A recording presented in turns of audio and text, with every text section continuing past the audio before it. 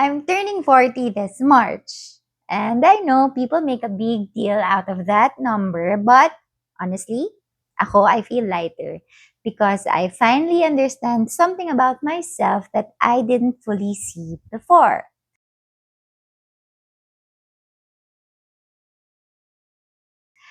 So you see, I've been receiving awards since nursery. In our school, they would announce awardees in front of the entire student body. So, maririnig mo yung pangalan mo dun sa microphone mo, i-announce yun.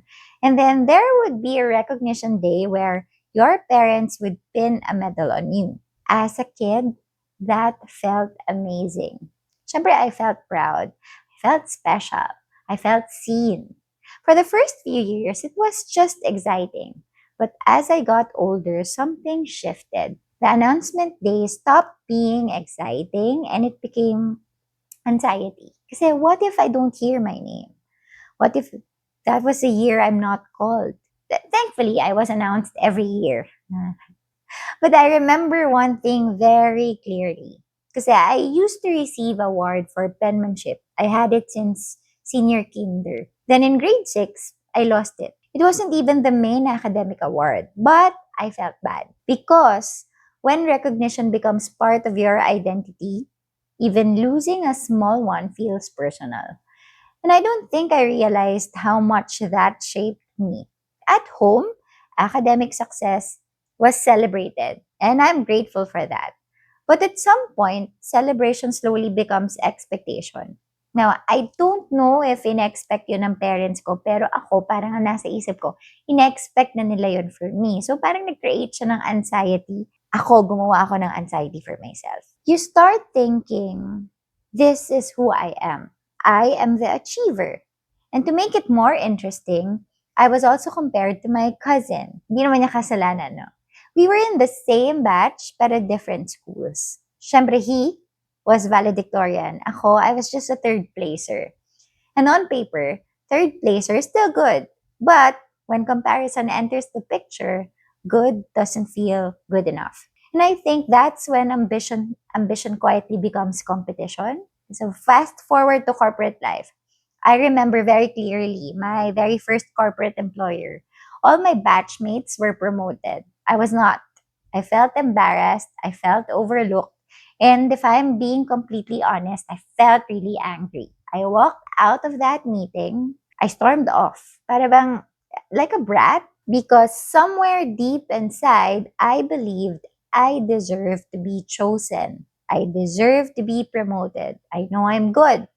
And that belief, that entitlement is very subtle. It doesn't look ugly at first. It sounds logical kasi I work hard, I deliver, I'm capable. But entitlement ties your peace to recognition.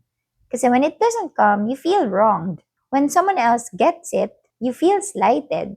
And that's exhausting. Now, here's the interesting part. That rejection led me to look for another job. And at the age of 30, I was hired to lead a legal department of an airline company.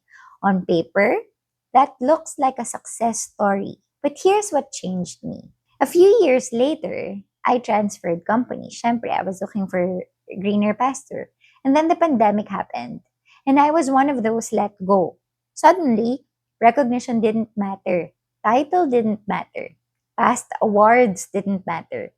The world was bigger than me. For the first time, I felt small in a healthy way. Not insecure, just aware. Aware that I'm not the main character in every story. Aware that things happen beyond my control. Aware that the world doesn't revolve around my performance. And I think that was the beginning of the shift. So, syempre, I met my husband. And something about being with someone who appreciates you for who you are, not your title, not your awards, changes you. He taught me to appreciate what I already have. And when you start operating from gratitude instead of entitlement, your ambition changes. Now, at 40, I'm still ambitious, but I'm not chasing recognition anymore. I don't need my name announced over a microphone. I don't need a medal ceremony. I don't need applause to validate my effort. That doesn't mean I don't want to grow. It just means I don't expect to be chosen. Kasi I choose myself. And when someone else gets recognized now, sometimes I still feel that small voice. I can do that too eh. But it's not envy anymore. It's more of motivation. It's no longer comparison. It's inspiration. That feels different, lighter, strategic. Strategic for me now means I build for impact. I work for contribution. I lead for systems. I earn for my family's future, not for applause. My ambition now is about being able to travel with my parents while they're still strong enough to walk airports. It's about making sure my family is comfortable even after I retire. It's about designing stability.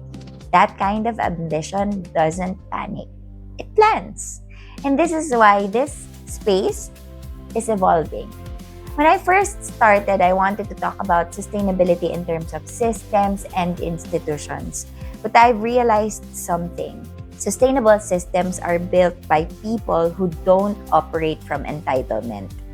If I build from entitlement, I extract, meaning there's a tendency for me to exploit others or to abuse. But if I build from gratitude, I strengthen.